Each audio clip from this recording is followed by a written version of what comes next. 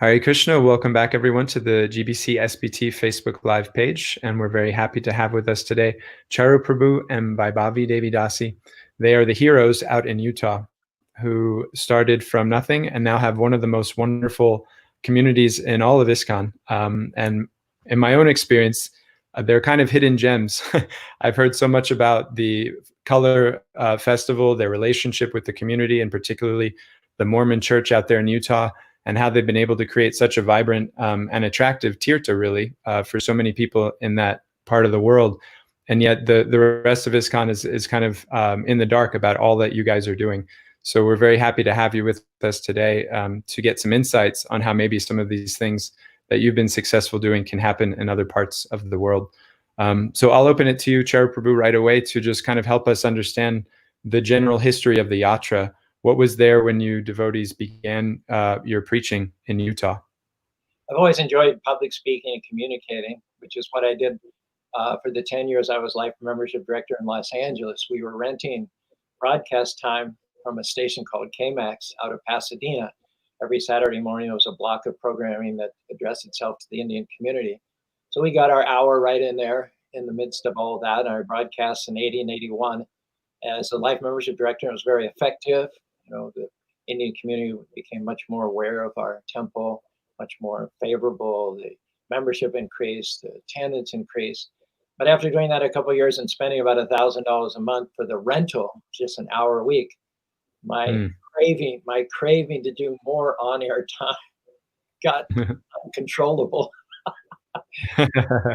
So in LA, I started monitoring Broadcast Weekly, which has a classified radio station for sale section there. And I came upon a small AM radio station in Provo, Utah, which is 5 miles from Brigham Young University, 50 miles from the heart of Mormonism. At the time, I didn't really know what Mormonism meant. I had no idea. I just knew they went all over the world and they spoke many different languages, and they couldn't possibly be very provincial because of all that cross-pollination.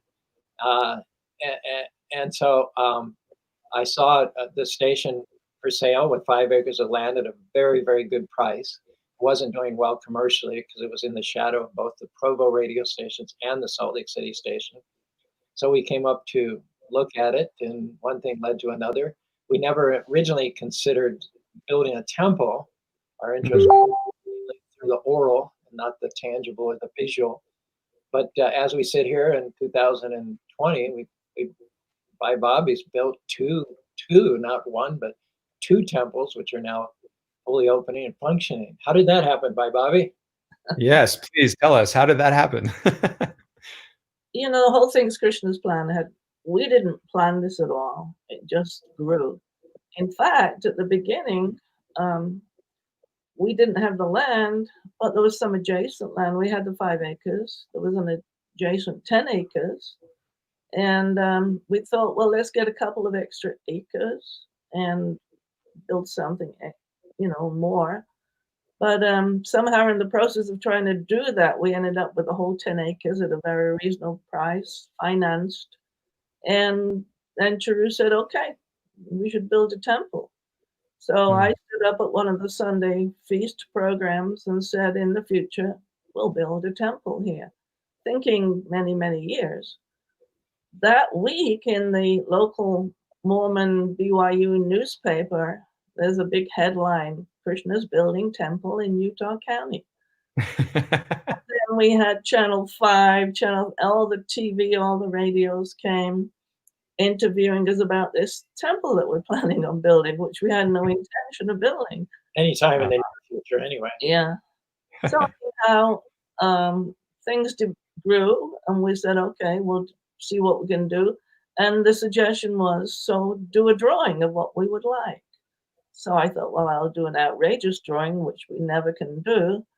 And it'll bring in some finances or something. So I did a drawing and presented it, and everyone thought, well, that would be nice. And somehow it took off. The next time we had a Sunday program, I said, well, we'd like to do this, but we can't afford even the beginning excavation, $120,000 of excavation just to level the area. And fellow stands up and says, oh, my father has an excavation company. I can use all his equipment on the weekends free of charge. And so that's how the whole building, bit by bit, got built. So it's all Krishna's arrangement. And we just tried not to get in the way.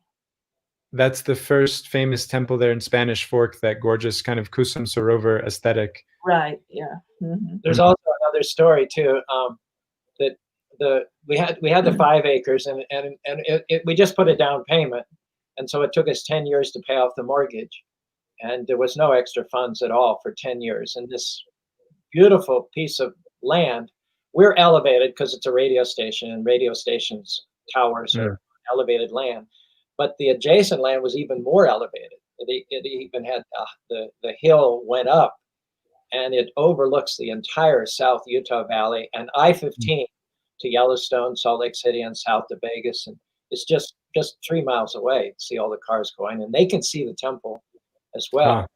And so, the whole 10 years we were paying off the mortgage on the original 5 acres of land, this prime piece of land sat there with a for sale sign on it, and nobody bought it. I expected that it would sell any day. Someone would build a split level ranch house, and we'd have clotheslines and laundry drying and behind us.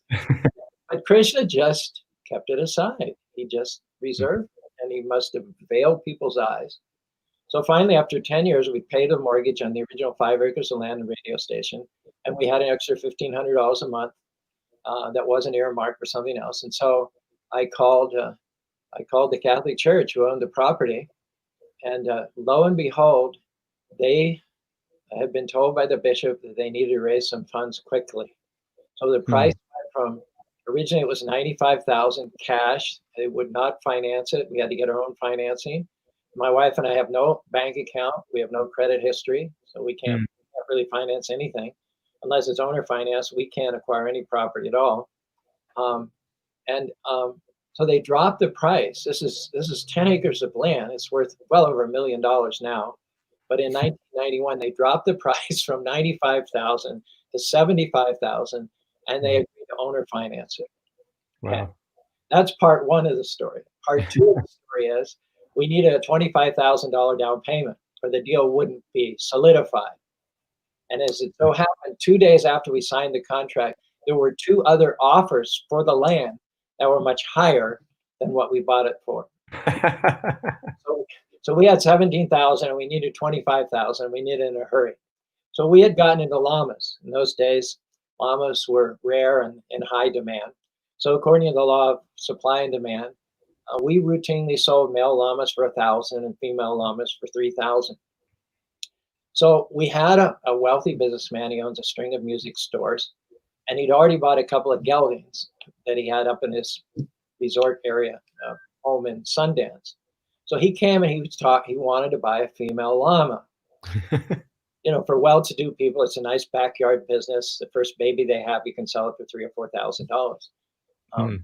So we're looking out over our herd of female llamas, kind of leaning on the fence, sucking on some straw or hayseed or something, and I'm telling, this one's 3,000, this one's 4,000. We had one llama that was the Krishna color, sort of bluish black, and we'd called her Shamin. So I'm saying this one's 3,000, this one's 4,000. The most we'd ever gotten for female llama before was $5,000. So Brian Summerhays, he doesn't even look at the other llamas. He lasers in on the Krishna llama and he says, how much is that llama? And I didn't even think. I mean, it was like Krishna used me as a puppet. I said $8,000. And he wrote out a check on the spot, the down payment, get the land. So that's our testimony about how it is that color of the monsoon cloud during the rainy season is factually, according to my own experience, the most attractive color. The $8,000 color.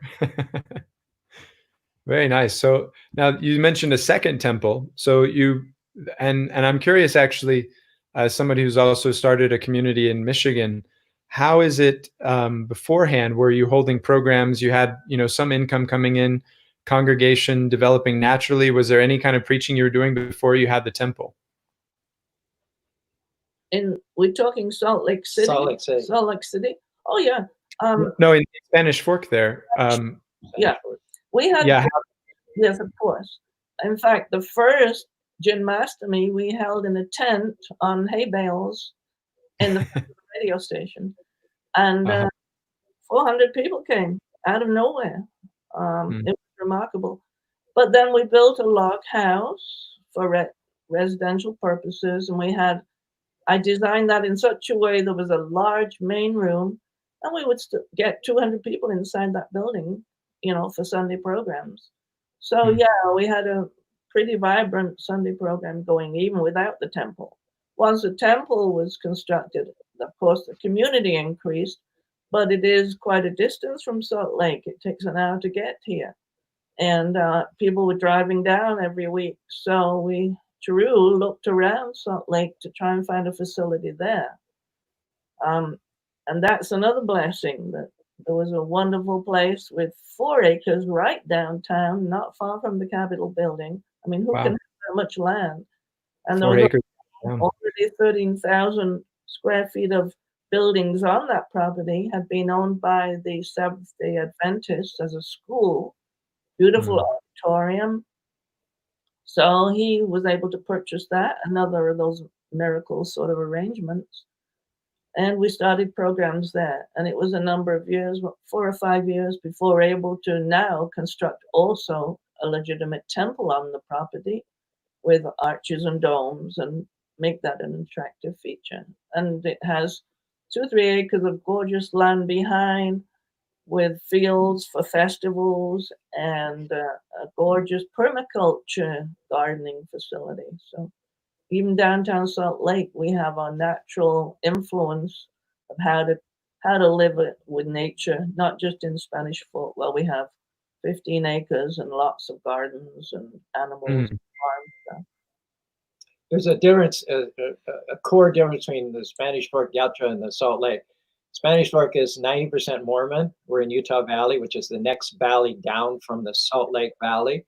And this is the epicenter of Mormonism. They have their Bhakti program here called Brigham Young University. They have their MTC, their Missionary Training Center. Majority of missionaries spend 6 weeks there. They learn the language of the country they're going to. They have like 60,000 missionaries out. Recently, they opened it up for women, for younger women to go. So this is like 90+% Mormon down here, and it's not a very good, we don't make, I don't even like that term anymore, make devotees, but it's a perfect ground for garnering sympathy, garnering affinity. We have a lot of commonalities of our 4 regulative principles. They observe 3 of them: no illicit sex, no gambling, no intoxication. In the word of wisdom, Doctrine and Covenants, Joseph Smith said, eat meat sparingly only in times of excessive famine or cold. So that's their at least in principle.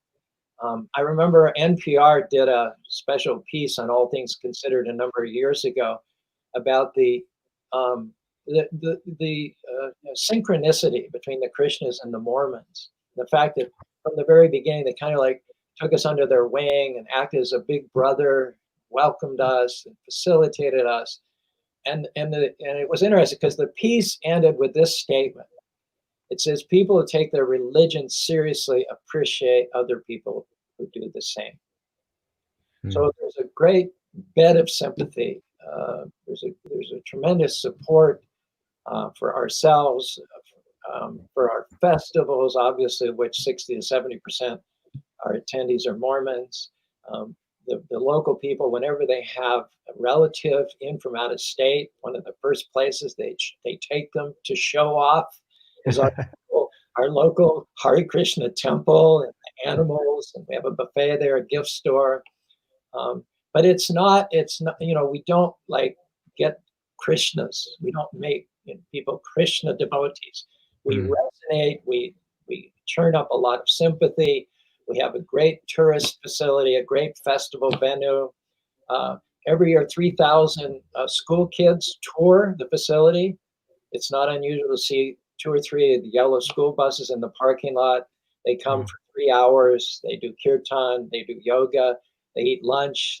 I give them a PowerPoint. It's a wonderful experience, and it's only growing. But it is basically, like I said, a tourist destination, a school resource, and a festival venue. Now, Salt Lake fits more like what you would think of as a traditional Krishna temple, where we have a lot of congregational members, 80% Indians, 20% Westerners, more heterogeneity in Salt Lake City, which is only about 30 or 40% Mormon. So the Salt Lake City temple functions more in the way that a regular ISKCON temple functions. And the Salt Lake, the Spanish Fork is really unique, really unique. Now, is there a synchronicity there where somebody might visit the Spanish Fork, a local Salt Lake City citizen, let's say, and then you connect them to the Salt Lake Center? They go out there for the tourism, but then they come to the Salt Lake Center for more of a Krishna conscious education? The potential devotees are going to come from Salt Lake. And so they'll come for special events. It's a half a day investment to come to Spanish Fork. You want to eat, you want to picnic, maybe you want to go and see Sundance or Bridal Veil Falls while you're in the area. So Salt Lake people come 2 or 3 times a year. But then before last year when we opened it, or before we bought the facility in Salt Lake in 2012, they had nothing up there. There was no follow-up. So as soon as we bought the school and the land, immediately we had like 30 families that became devotees. Many of them became initiated. And it's a really wonderful community there, which has only been taken to the next level when Vaibhavi opened the Salt Lake Temple in August of last year. Wow. It's inspiring to hear. One of my favorite phrases from Srila Prabhupada is to fry the fish in its own oil, which is a little bit crude, but to make sure that you're looking at your local situation and making the best of it. And it really sounds like you devotees have done that. So there's not many other places in the world where we're going to be situated amongst Mormons. But what are some principles that the devotees could take from what you all have learned to kind of fry the fish in its own oil in their own community and integrate better with locals? Charu might be able to answer the details of how to do it. I can give a description of how it is. It's quite miraculous how we're part of the community, both in Salt Lake and Utah counties. We're not separate. There's no them and us. On the contrary, everybody really appreciates the temple. The word of mouth around is that's a fantastic place, you should go. And the relationship is very personal and intimate. Might be a lot to do with the fact that it is a kind of religious state. It's a dry state.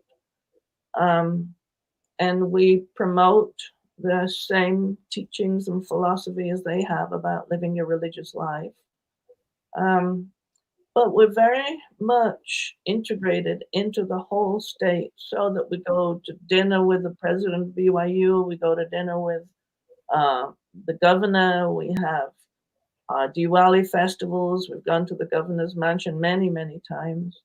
We're friends with many of the organizers of the state, politicians and so on.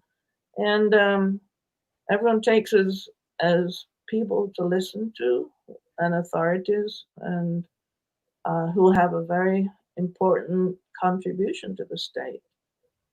Tourism, they promote us very much. The tourist community, the tourist industry pushes our temple very much forwards. There's been a lot of publicity things for them. So being part of the community is very important to us. And I think it has a lot to do with the way we've done it right from the start, and the way we've never considered ourselves separate. True. When we came here, there's a lot of IT people now, of course, all over America. You have the South Indians or IT, but in those days, you didn't have any IT at all. All you had was, in Salt Lake, there was a small Indian community, mostly engineers and entrepreneurs, mostly North Indians. There were no Indians in Utah Valley, so to speak. No devotees in Utah Valley.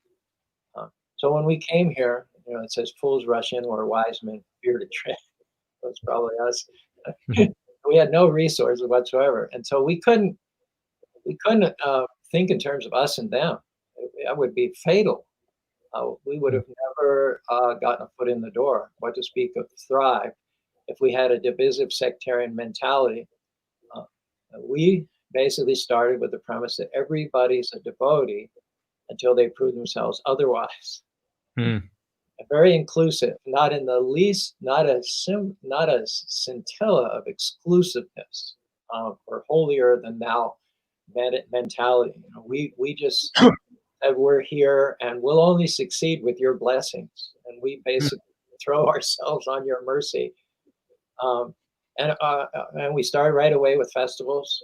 We had a caretaker here while we were still in LA, raising money, sending it up here to pay the bills. We had someone who volunteered to be a caretaker. One Saturday I was down in LA and I got a call from him. He said, Caru, you know, it's Saturday night and they're driving up and down the road, you know, shouting Hare Krishna and throwing beer cans out of their cars. He says, I'm not going to stay here anymore until you pay for a chain link fence and a German Shepherd guard dog. And I said, hey, chill, you know, that's not the route we want to take. You know, we're on a well-traveled country road. We're within sight of I-15. We want to be transparent. We want people to see everything that we're doing, walking back and forth, mowing the lawn, trimming the trees, having festivals. If we don't exercise total transparency, you know, we're not going to make it here. You know? We want everyone to know who we are and what we're doing at any point in the day and night. And if they're chanting Hare Krishna, that's good. I mean, it's never bad when people are chanting Hare Krishna. Pick up the beer cans and no chain link fence and no German Shepherd dog. So we've had our festival of India for almost 40 years. Again, Vaibhavi said the original festivals were in hay bales out in front of the old ramshackle radio station building. But we started right away offering in a cultural way. The culture, the dance, the music. You know, we've imported devotee dancers and devotee musicians into Utah for our very, very public events since before we even had the first building. You know, from the very, very day that we came here, we've tried to make our contribution culturally and spiritually and religiously to the community. We've invested in the community. I once heard a talk by Rick Warren from Saddleback College, which resonated with me. He said most people overestimate what they can do in a year and they underestimate what they can do in 40 years. So if there's a credit, it's that we're old stick in the muds. You know, we didn't come to go. We came to stay, to sink down our roots, and as far as possible to get this area wired, to network, to make our connections. If you go before the altar with your intended spouse and you commit your life in honor and dishonor, happiness, distress, sickness, and health, then having made that commitment, then you expect no less than your spouse to make the similar commitment. So we married ourselves to the community by sending the message that we're here, we're not going anywhere. Whatever happens for good or bad, our lives are going to be lived and died right here in Utah Valley. And we got the response that we hoped for from the community. We're committed to you, and they in turn committed to the success of this temple. Amazing principles. And I think it's safe to say that kind of ethos is not there in other ISKCON communities. It's almost in some degree the opposite. What do you think it is about our communities in general that this kind of investment practically with the locals is not really a hallmark of what we've done so far? Well, Prabhupada traveled, sannyasis are supposed to travel. And I think that's kind of like the cue that people take. Traveling is good, moving is good, change is good. And that might be good for people of a certain temperament or a certain social responsibility, like a Swami. But I always felt in my own heart that the best good that I can do would be to pick a place and commit myself to it. Catholicism spread all over the world because of the Jesuits. Jesuits were very, very highly educated people of immense character. And yet they went to villages, they went to jungles, and they dedicated themselves to the local communities because of their dedication and their commitment to stay in one place and commit to one community. Catholicism, you can't find anywhere where Catholicism isn't, or at least wasn't, once spread. There's a lot to be said for the Yes. opposite pole. You know, Rolling Stone gathers no moss. That's true, but at the same time, there's a lot to be said for staying in one place and setting down your roots there. That's the way you really, really get some good harvests from any particular location. You certainly, when you do that, you begin to see what the community needs and wants. It's not about us forcing something onto them. It's about seeing what the contribution can be to that community. So you look at what they want, what they need, and what will be beneficial, and you implement that into your own schedules and categories of service. So like we get, like Drew mentioned, so many school programs. We have programs for a lot of troubled teens. Mm. Just families just love to come and have their children and grandchildren learn what they learned decades ago when they first came. They came as kids themselves. It's a school program. Now they're bringing their kids and their grandkids, and they're Wow. saying, here's something these people have to teach. And they admire our teachings because we present them in such a way that they're applicable in all circumstances. We do the spiritual thing, not the religious thing. It's very important that they become more aware of the fact that they're the soul, not a religion. So we say, yes, you're Mormon, but you're not Mormon. And we teach them basic philosophy. And they get it and they appreciate it. And so over decades, we begin to see more and more what they need, and we try and make that part of our presentation in a very Krishna conscious philosophical way. It's worked nicely. Vaibhavi got 1 year, she got an award from the prison system. She got the Volunteer of the Year award. They had a banquet for us right inside the youth detention center. They had all the inmates serving this nice feast out, and they had a special award ceremony for Vaibhavi because so many of the kids who are incarcerated get to go out and do work programs, and then also work programs are an alternative to incarcerating the kids. They can do so many hours of supervised community service instead of being incarcerated. And so many kids, I mean, literally thousands of kids have come to do service here with the llamas, the landscaping, the gardening under Vaibhavi's supervision. So she's basically been a positive influence for 4 generations of kids here in Utah. And those are many seeds that have been planted. I just want to add one other thing too. When Please. we got here, there was no Indian community to speak of. There were no devotees. In spite of all that, we knew that we had to get people's attention in a major way. Now, R.K. Narayan, he said that of all different types of art, architecture is the most public. You know, if you have an exhibit of Van Gogh or Rembrandt, you're going to have to pay an admission fee, and not everyone can afford to go there. It's for an elitist, select group of people. But you have an architectural gem, thousands and thousands of people, whether they decide to go inside and visit or take the tour or not, just driving by it on I-15, so many people say, what's that building over there? And of course, our country road that we're on is very well traveled. It's like people's lives are enriched just by seeing the beautiful architect, just by seeing the devotion of the devotees manifested in that striking building. And so we knew that whatever it took, we had to build something eye-catching. And in 1981, there was this whole wave that Hindu communities in America were growing. They were becoming self-aware.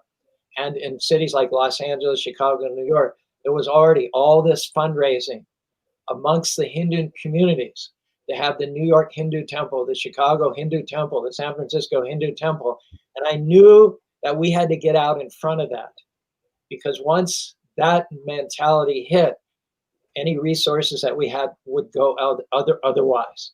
So I knew we had to strike while the iron was hot. And without any resources, without any savings, we announced that we're going to build a temple. And the Salt Lake Tribune, Deseret News, they immediately picked up on it. The artist's drawing that Vaibhavi made, like the front page, the religion section, and we got people's blessings. The Mormon LDS Foundation gave us $25,000 to help with the construction. Wow. I'll never forget a funny incident. I was running every Saturday morning. There's a big running group from Spanish Fork, like 30 or 40 runners. And another way we are part of the community. Yeah, I used to run with them when I was younger. Now I walk. But we would go out every Saturday morning for like a 15 or 20 mile run. And it would be all kinds of Mormons, men and women, and they'd talk about the jazz, and they'd talk about the Mormon church, and they'd talk about all these different things. And then when they ran out of things to talk about, they'd all say, "Caru, tell us something about Krishna." So one Saturday morning, we hadn't strung out yet. We're still in the beginning of the run. We're still clumped together. And somebody says, "Caru, I hear that you guys, I read in the paper, you guys are going to build a $1.2 million temple right over there in that hill." They say, how much money have you raised so far? And I said, $12,000. You never saw 30 runners put on the place. It was like every one of them punched in the solar plexus, wind knocked out of them, and they all stopped. And they said, "You mean 120,000, right? You don't 12,000. I said, "No, I mean 12,000, and we just spent the whole 12,000 to excavate the site." And then, so how do we build it? I don't know. Honestly, it was mystical. But one thing I can tell you is that when people walk in the door, the site is exquisite. The architecture is amazing. But the place is so unlikely. This is the least likely place to find a world-class Krishna temple. And so the question that people often ask when they walk through the doors, they're looking around, their mouth is catching flies. How did this temple get to be here? And I say, you want the long answer or the short answer? They say the short answer. Well, look at this picture of Krishna. Bai has a number of her paintings on the wall. I say, look at his peacock feathers stuck jauntily in his hair. Look at the flute to his lips. Look at his threefold bending form. Look at his youth, and especially note the mischievous glint in his eyes. This temple came to be here because God loves a prank. God has a sense of humor, and he did it just because he could show his power in a greater way. Beautiful. I want to come back to the principles you were sharing there, and I just want to note how the Brahminical presence you allowed yourselves to take in the community. And oftentimes this idea that Prabhupada wanted to create a class of Brahmanas to then guide the rest of society is stereotyped. But I love, Mother Vaibhavi, what you said about understanding the community's needs and then responding to those. And over the decades, how they've felt that care from you. And now, they've awarded you, and they send their children back to hear and see you. And that's a true Brahminical presence that I think can be emulated across the planet and not stereotyped to one particular community or one particular set of values, but really carrying those overarching Krishna conscious principles. So I'm just feeling so inspired hearing what you all have done and the principles you set out for yourselves to do it. It would be a crime if I didn't ask you to speak about one particular event that you have there, which is the Color Festival. And that's an event that we've all seen the pictures on Facebook and the videos, 40,000 people, most of them, as you mentioned, Mormon, chanting Hare Krishna, taking prasadam, and of course, throwing color at themselves. So can you share with us how that began, how it grew into such a big attraction, and some of the things that your community has gained from it? I love communicating. I love public speaking, and almost every one of our outreaches sort of started with that seed, that germ, the radio station, which now incidentally is available anywhere in the world through the internet. Just a little local AM radio station that physically extends about 30 miles in all directions, all because of the advances in technology for about 6-7 years now. It's actually been available, accessible anywhere in the world. The setting up the temple is a tourist attraction where we can give tours and host people and feed people. That's also has to do with outreach, PR, communication, and then of course festivals. Even when we were in Los Angeles, we did a festival of India there in the 80s. Went to every college campus in Arizona, California. We even went up to Oregon. That's how we got to and the money to put the down payment originally on the radio station. But we've always thought about festivals. Even when we joined in Australia, Mata Visa was there.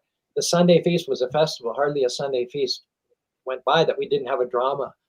You know, the cobbler and the Brahmin, or the scholar and the boatman, or Trivikram, something like. So that was our impression. Krishna consciousness is a cultural movement and cultural conquest. We believed in that.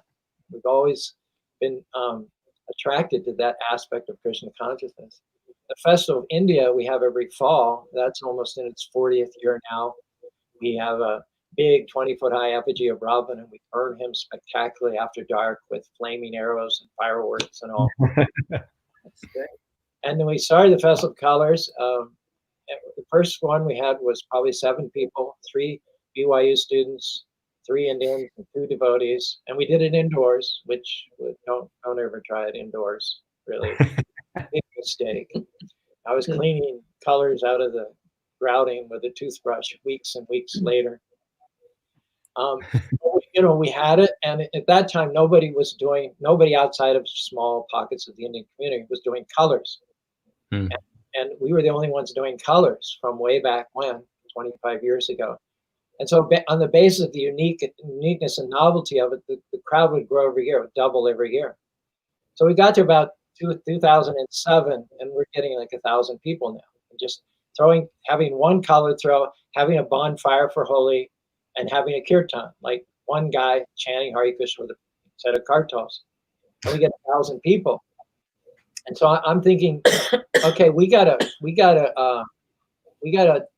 make the moves that this becomes something solid, something permanent, because the novelty of the colors is not going to last very long. So about 2008, 2009, this has to be like a concert benefit. We have to implement the novelty of the colors with really, really good spiritual bands. So I started TK.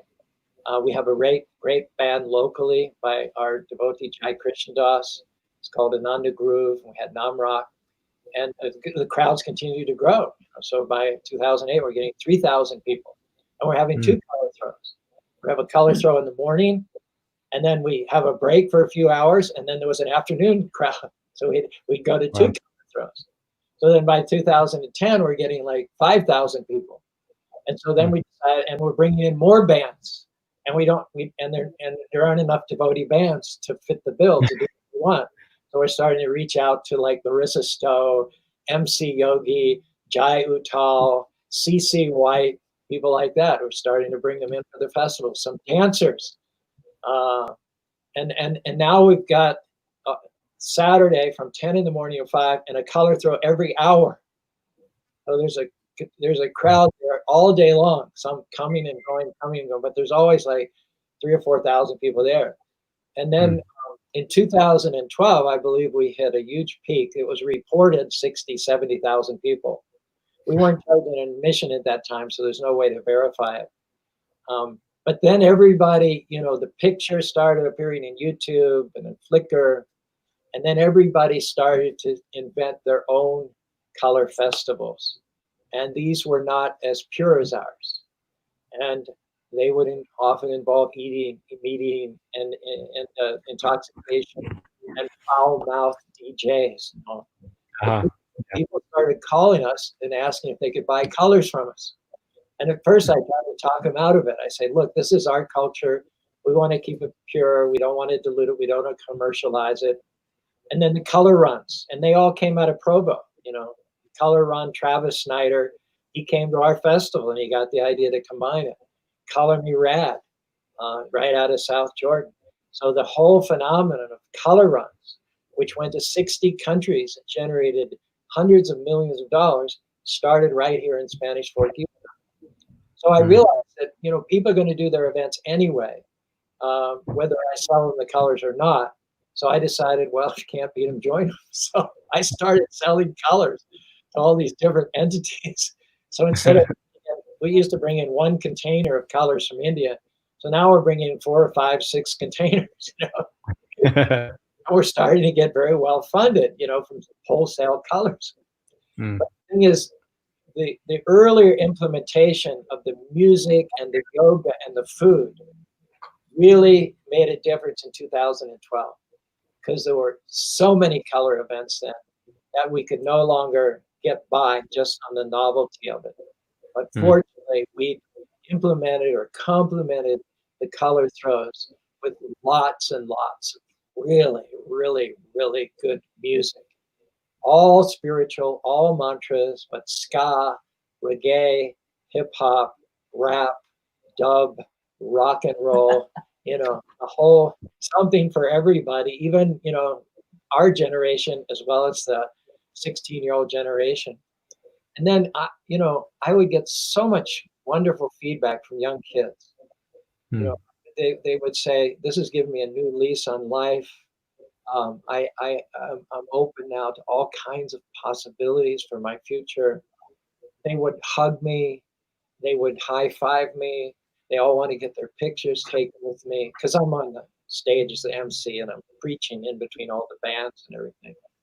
So then I thought, well, we should make this experience available more widely. And then we started 10 years ago. We started in LA. We did an LA festival. We did a Riverside festival. We did San Fernando Valley. We did Las Vegas. We do 2 others in Utah, Ogden. We do Salt Lake City. So there are more than up to 100,000 people during a normal year, not a COVID year, who are exposed to the chanting of Hare Krishna. And I would dare to say that most of those people would quite possibly, even I might say probably, never have chanted Hare Krishna hardly in their entire lifetimes.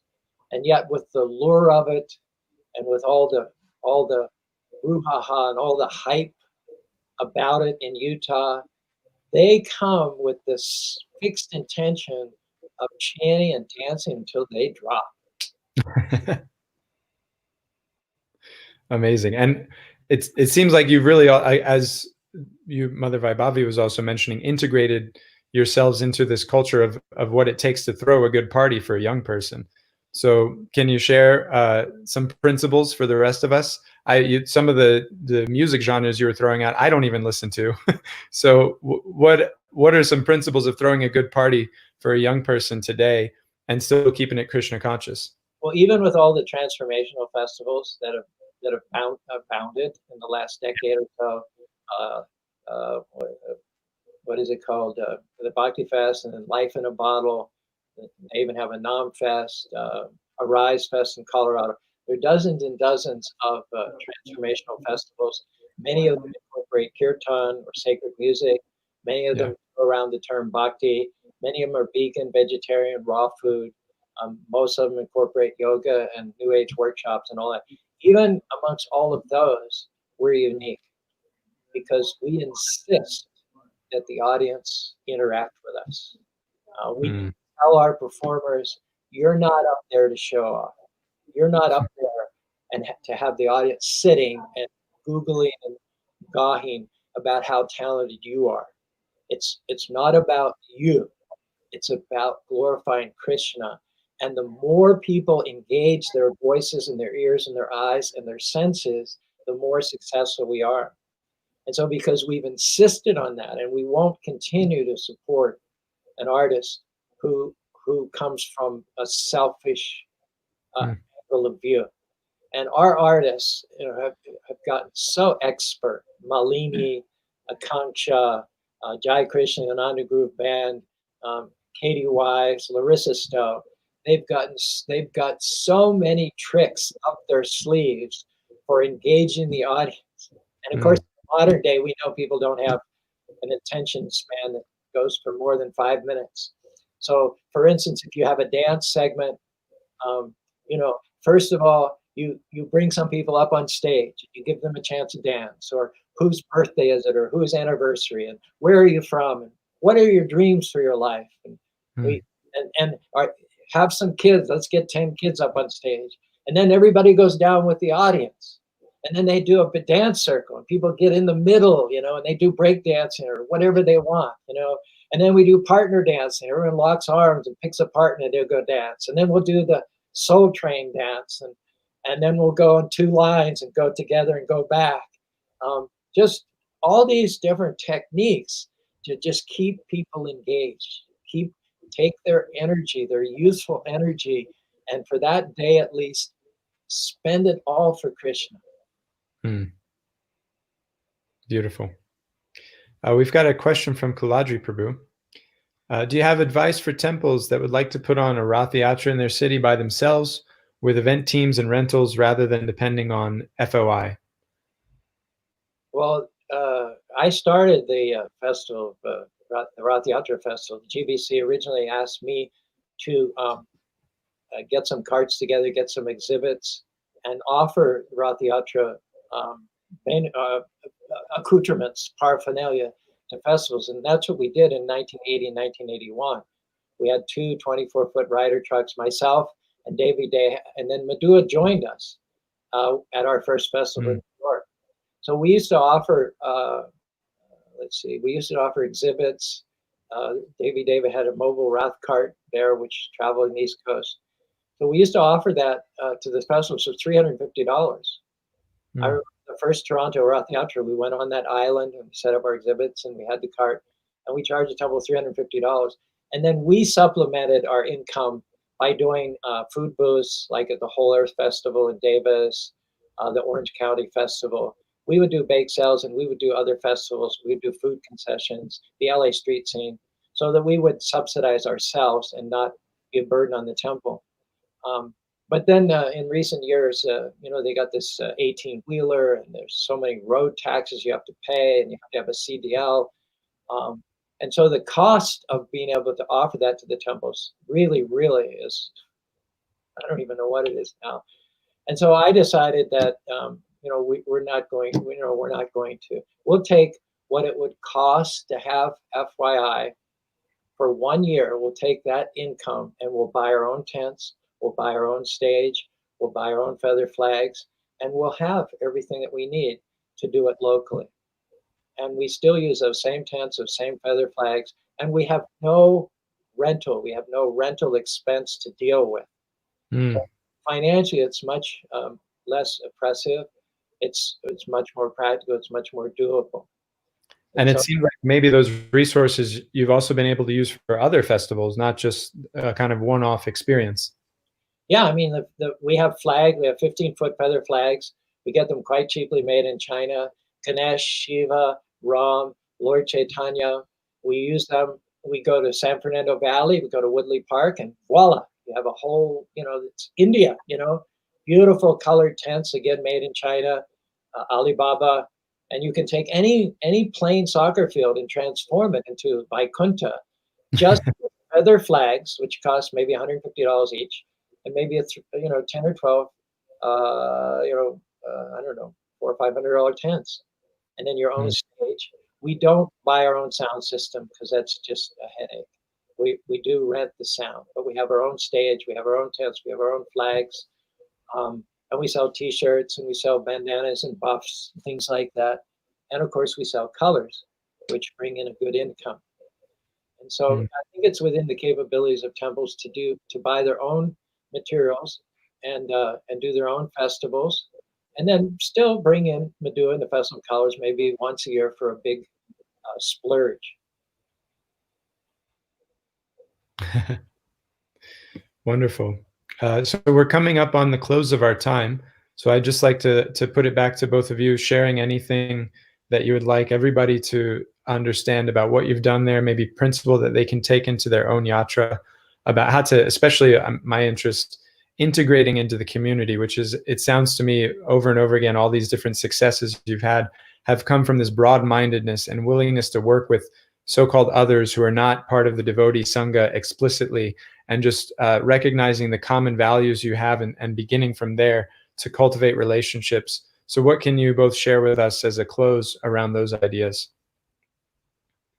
I'd like to particularly mention our farm facility. I think any farm or anyone even with a little bit of land can make it a real preaching opportunity. Not just simply that we have cow protection, but we have a certain way of living which is beneficial to ourselves and to people in general, living in harmony with nature. So I do a lot of farm tours. We charge for that. Everyone pays a substantial amount. I say this is to buy hay for the animals. The animals have to support themselves. It's a self-sufficient farm. And they appreciate that. They all want to give that donation, which is usually quite substantial.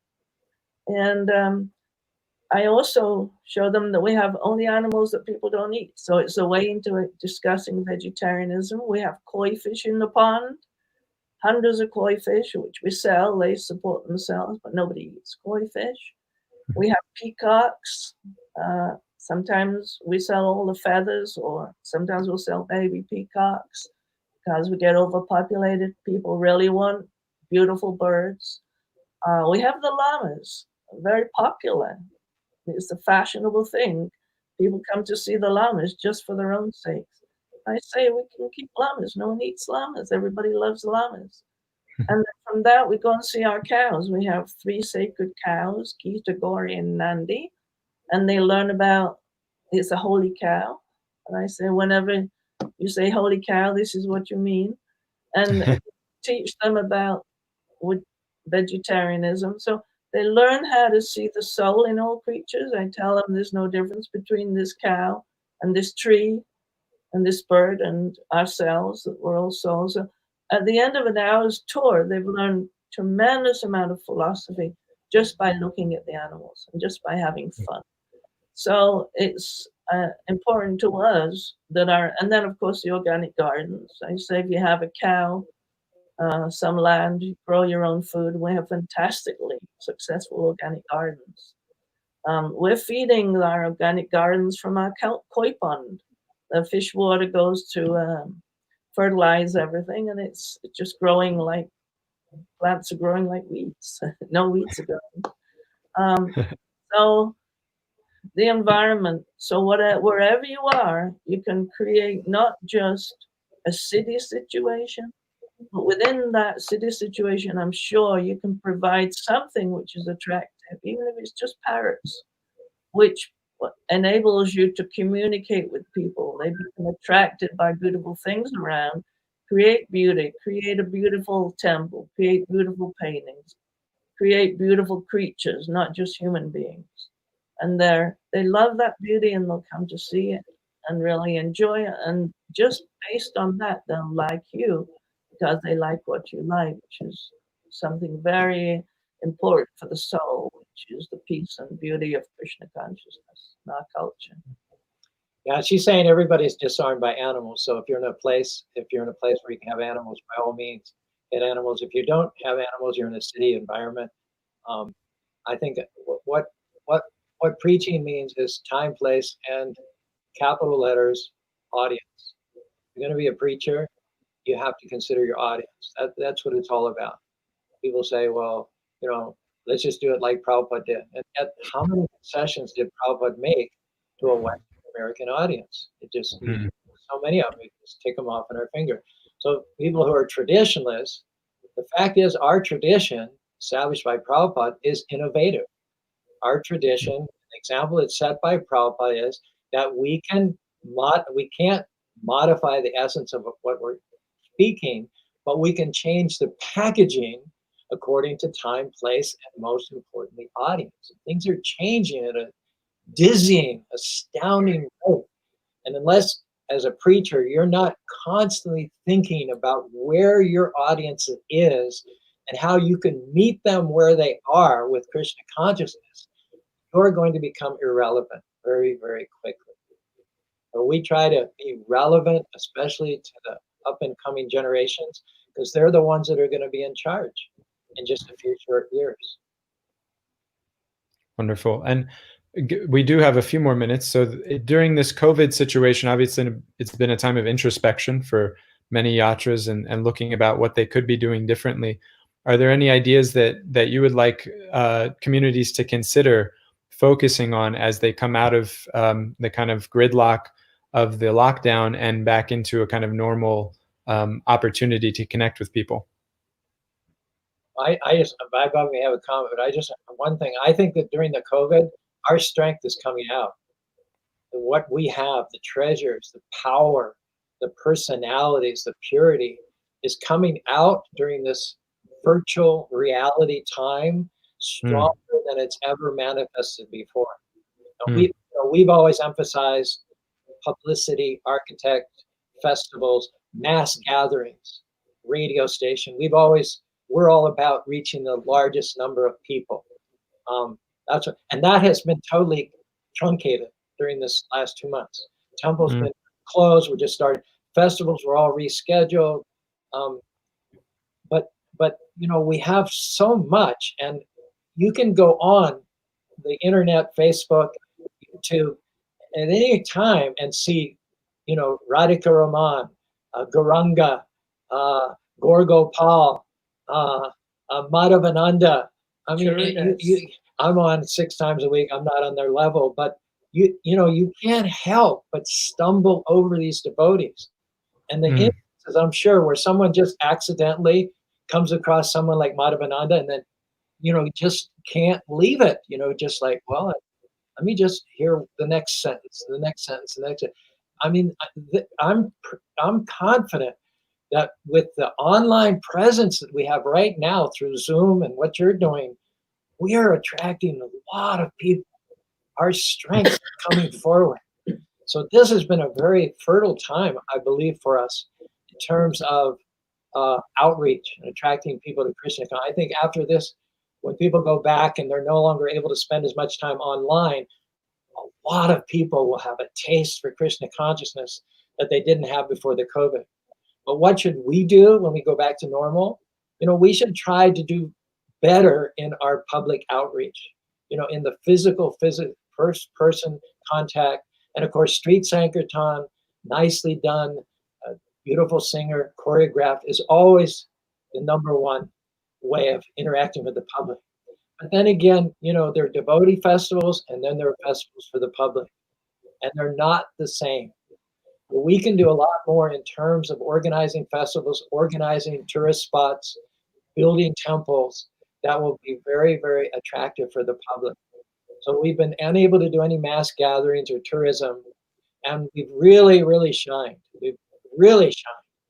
But let's come out of this with better ideas for physically and personally interacting with the devotee, with the public through festivals, radio stations. Of course, internet is really good.